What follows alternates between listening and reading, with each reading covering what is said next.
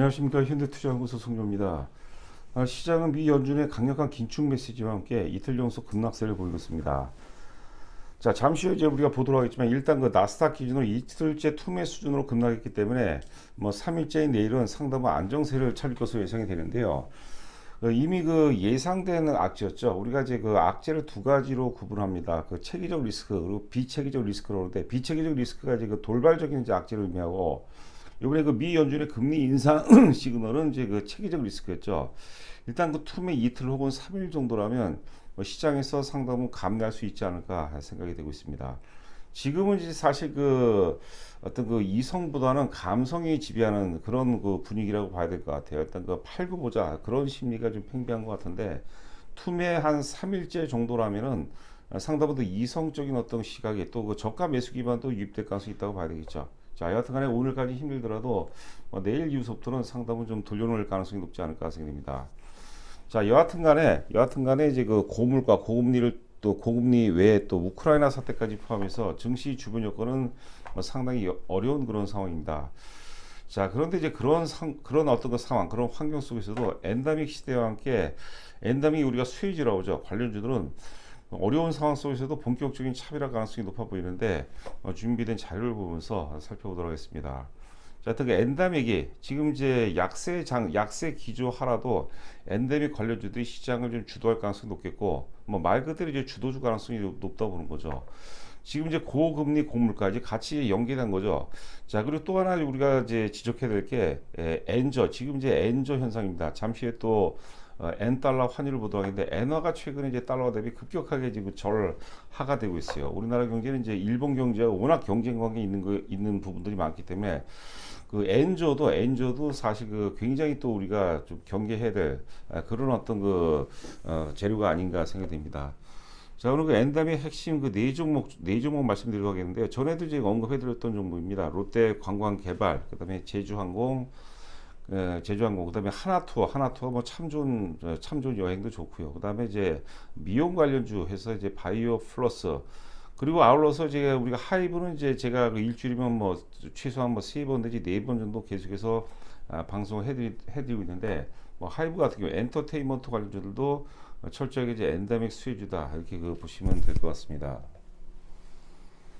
지금 보시는 화면은 이제 오늘자 연합뉴스 오늘자 기사가 되겠습니다. 미 연준 0.5% 금리 인상 무게, 월 116조 원 양적 긴축을 시사했다. 이 재료로 이제 빠진 건데, 앞서 이제 그 오프닝에서 말씀드린 것 같이 이게 이제 체계적 리스크, 이미 그 예견된 그런 악재였습니다. 그렇죠? 예견된 악재였는데, 투매 한 이틀 혹은 3일 정도라면은 이 지금 투매라는 것은 사실 그 이성이 아니라 감정에 의해서 빠지는 거죠. 그래서 넉넉자가 투매 3일 정도라면 충분히 시장이 또 저가 매수 기반도 나름대로 이제 확보가 될 것이고, 투매 3일째라면 시장은 상당히 좀 안정될 가능성이 높지 않을까 생각됩니다.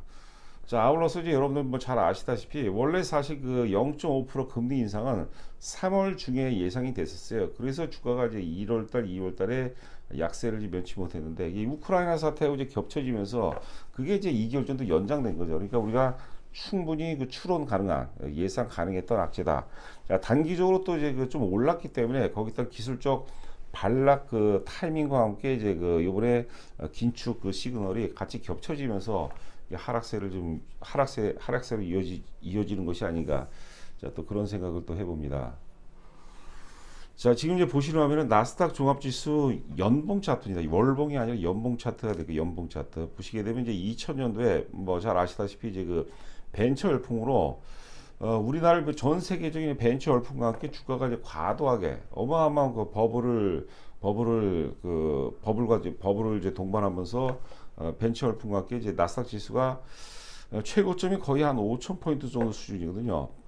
근데 지금은 이제 5,000포인트를 넘어서면서 제가 그 예전에도 이제 많이 강조를 한 것처럼 2016년도에 사실 그 4차 산업혁명 파동이 시작이 됐다고 봅니다. 그래서 2016년도에 5,000포인트 돌파하면서 16,000포인트까지 올라왔어요. 그러니까 나중에 돼간다 하더라도 사실 그 좀 쉬어가는 게 이제 맞다고 봐야 되는데, 문제는 뭐냐면 올해는 사실 지금 이제 2022년도에 올해는 이제 연봉상 음봉이 나왔죠. 그런데 이게 내년까지도 이어질 가능성이 높아요. 사실 그 실제 어떤 리스크는 내년도 가능성이 굉장히 높습니다. 그러니까 우리가 그 약세 장려하고 무조건 나쁜 건 아니죠. 약세 장려 것은 시장에 이제 그 자금이 정체거나 혹은 이제 빠져나가는 장세를 의미하는데, 반면에 이제 그 적은 자금으로도 오를 수 있는 그런 그 차별화된 중소형주가 굉장히 또 뭐 수익률 차원에서 본다면 굉장히 또 재미있는 그런 어떤 장세 가능성이 있겠고, 물론 그 대형주가 못 간다는 얘기는 아니죠.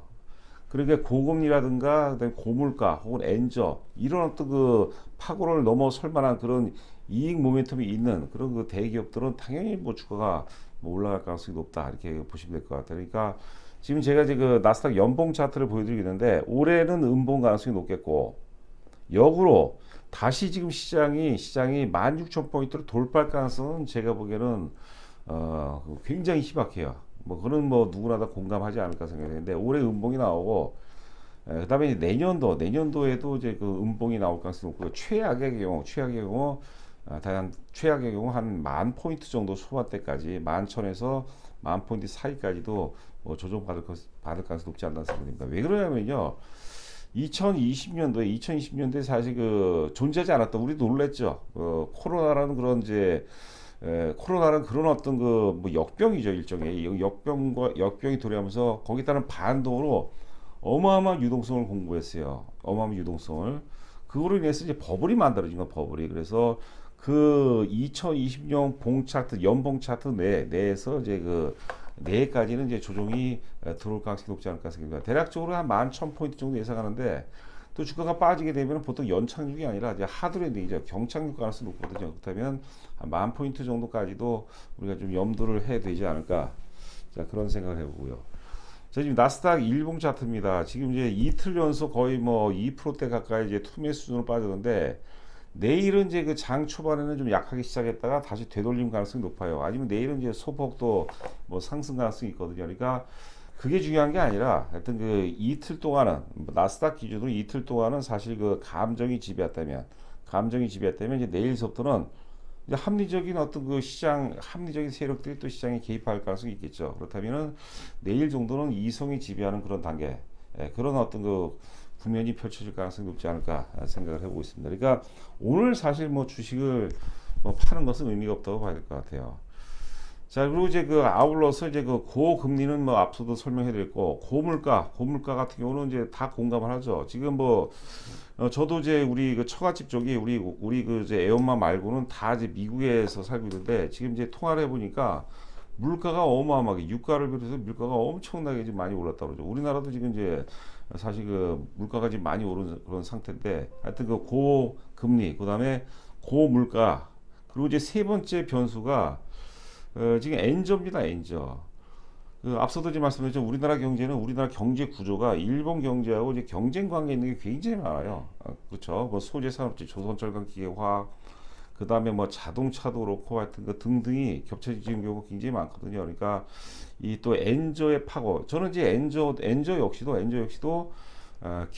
뭐 어떤 그 일시적인 어떤 그 엔저가 아니라 기조적으로 일본의 국력이 이제 쇠퇴하는 그런 뭐 과정이 아닌가 생각됩니다. 개인적으로는 사실 그런 일본의 그 쇠락, 선진국에서 뭐 이탈한다, 뭐 그런 내용들이 있거든요. 그런 유튜브를 좀 많이 보고 있는데, 그 사실 그 보수 정권이 너무 오래 잡았죠. 2011년도인가에 이제 후쿠시마 원전 사태 터지고, 당시에 이제 그 아베가 이제 정권을 잡았죠. 극우 세력인 아베가 이제 권력을 잡으면서 사실 그 어마어마한 유동성을 공급했기 때문에, 거기에 따른 이제 반동으로 지금 엔화 가치가 본격적으로 절하가 되면서 또 일본 경쟁력이 또 떨어진다. 물론 이제 일본의 수출 기업들은 상당히 또 기회가 될 텐데, 그것은 여러분들 그 무슨 표현을 써야 되나요? 하여튼 그 언발의 오줌 누기 정도, 뭐 저는 그렇게 해석을 해보고 싶습니다. 경쟁력이 오히려 더 떨어질 수 있는 그런 환경이 제시가 된다고 봐야 될 것 같아요.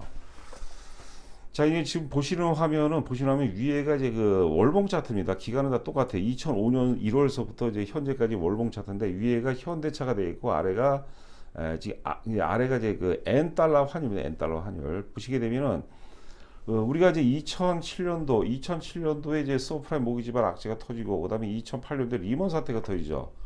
그러면서 이제 우리나라 증시도 이제 많이 빠지고, 그다음에 안전자산으로 계속 자금이 몰립니다. 당시에는 엔화 역시도 달러와 마찬가지로 안전자산이라고 했어요. 안전자산. 그러니까 엔화가 급격하게 절상이 돼 버리죠. 엔화 같이 엔고죠, 엔고.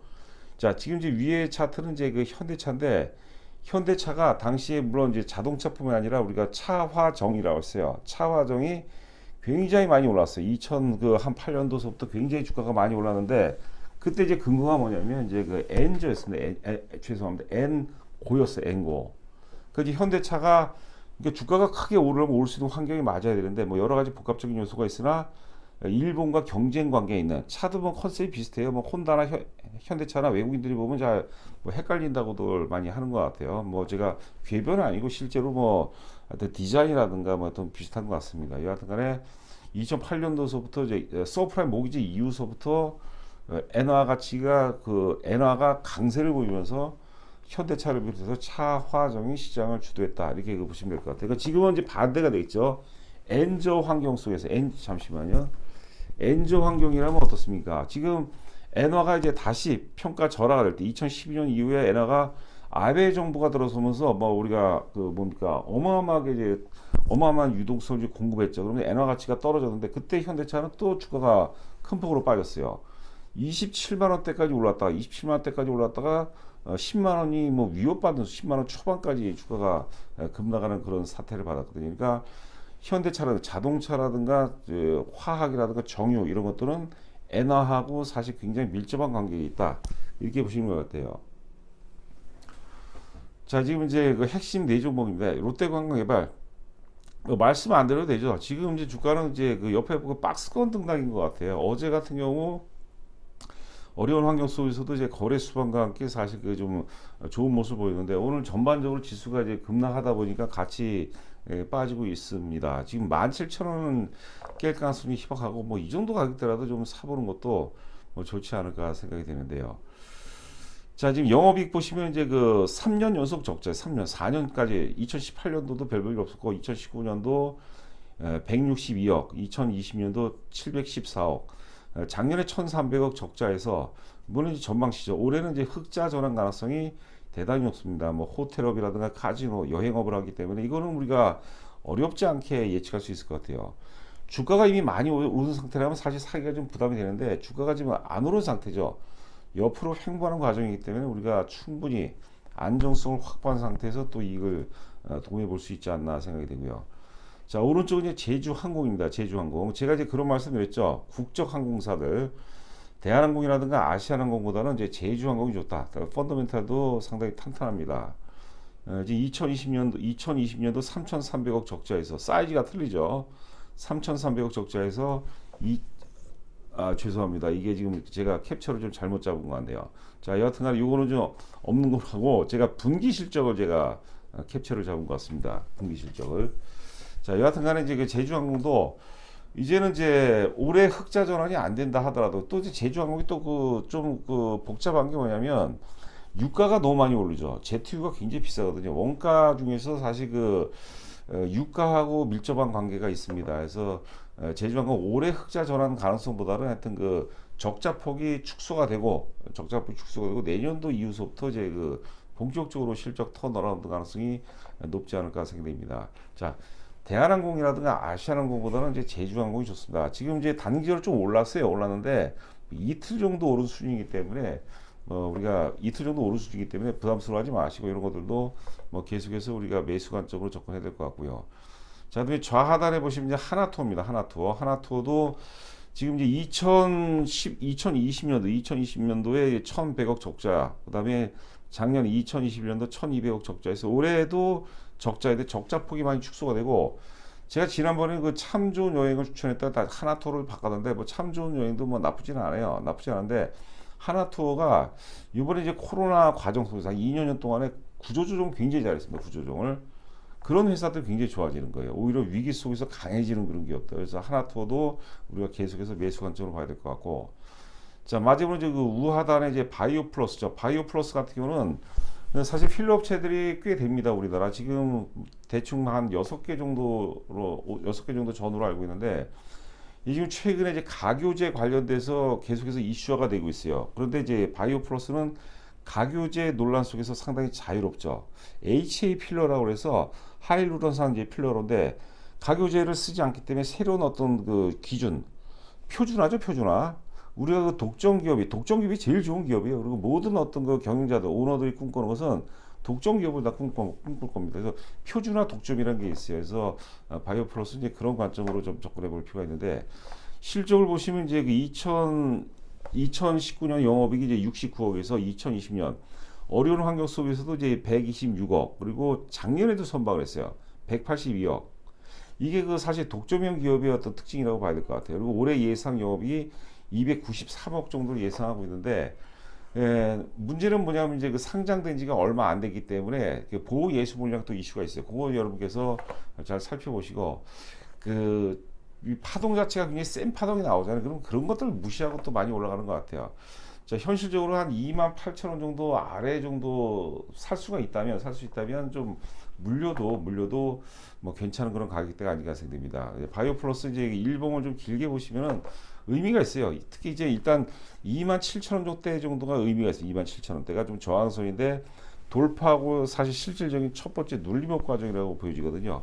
바이오 플러스도 계속 살펴보시고 지난번에 제가 이제 그 바이오 플러스가 좀 올랐기 때문에 좀 부담이 된다면 제테마는 이제 사실 그 경쟁 업체 대비 지금 기득권 필러 업체 대비 가교제 사용 비중이 한 10에서 20%밖에 안 돼요. 그 부작용이 상당히 덜하죠. 제테마도 작년에 이제 계속 적자해서 작년에 흑자 전환되면서 본격적인 실적 턴어라운드가 예상이 되거든요. 그러니까 제테마 같은 경우도 뭐 계속해서 관심 있게 지켜보시기 바랍니다. 자, 남은 시간도 건승하시 바라고 저는 또 내일 여러분들 찾아뵙도록 하겠습니다. 감사합니다.